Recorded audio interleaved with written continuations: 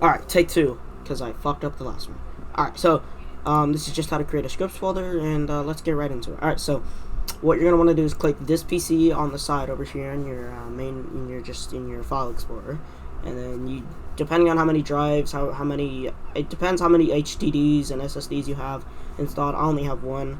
So yeah, so you're going to want to locate your main directory. Once you're here, just go into your, local disk and whatnot, or just go into whatever file, whatever disk your, Steam files are on, alright? Or just, this, okay. So, program files x86, Steam apps, common. And so, as you can see, these are all my games. So, if you have more than one Grand Theft Auto, if you have more than one GTA game from the original series or whatever, so if you have more than one game from the series, they should just be like right above or right next to each other. So I have Grand Theft Auto 4 and I also have Grand Theft Auto 5. So GTA 4 is above it. So it should be it should be easy to spot it. It shouldn't be that hard. But anyways, once you're here, double click on GTA 5.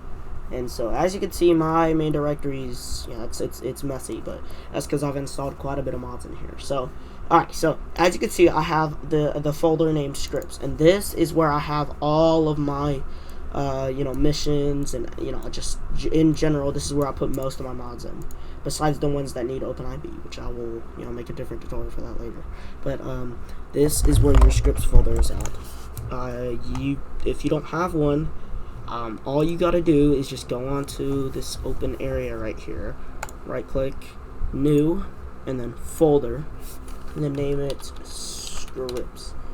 I'm not gonna do that because I already have a scripts folder and I don't want it to overwrite, so I'm gonna go ahead and delete that. But if you've done it correctly, it should look something like this, and if you go in here, it should be empty. There should be like nothing at all in here if you have a clean install.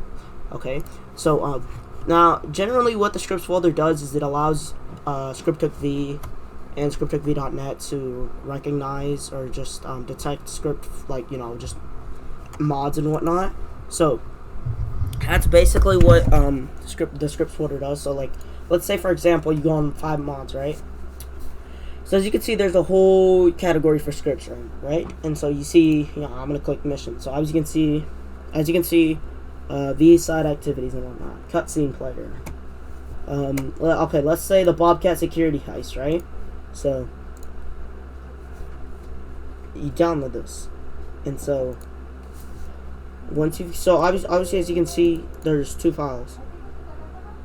There's, OpenIV files, which this is just, this is just extra steps if you want to do it. But, so, as you can see, main scripts. So, go in here, or whatever folder the mod that you're trying to install is in. So, as you can see, there's 2 files, a PDB and a .dll.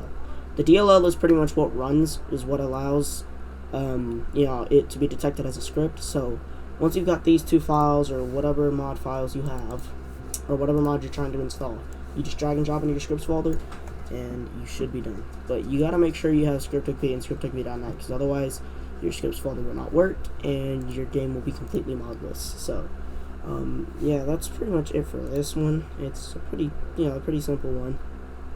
Shouldn't be that hard, but, it can be hard for some people trying to get into modding and whatnot.